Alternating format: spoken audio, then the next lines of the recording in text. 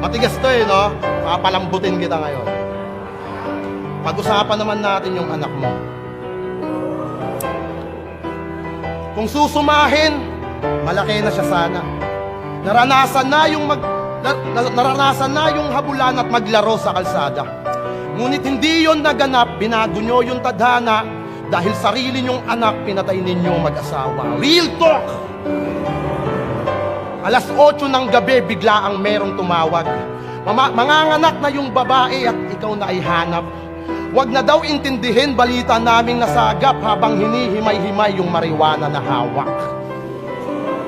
Pa-freestyle ka pa noon, pagtapos masindihan. Nakukuha pa mag-flow, puta ang tindi niyan. Habang asawa niya nandun, putok na yung panubigan. Di ba sabi niya sa'yo, di siya pupunta ng lying in habang wala ka. Pero siya tigas mukha, hindi man lang na alarma. Sabog na sabog, tuwang-tuwa, nakuha pa na tumawa. Kaya pagputok ng umaga, ayun, patay na yung bata.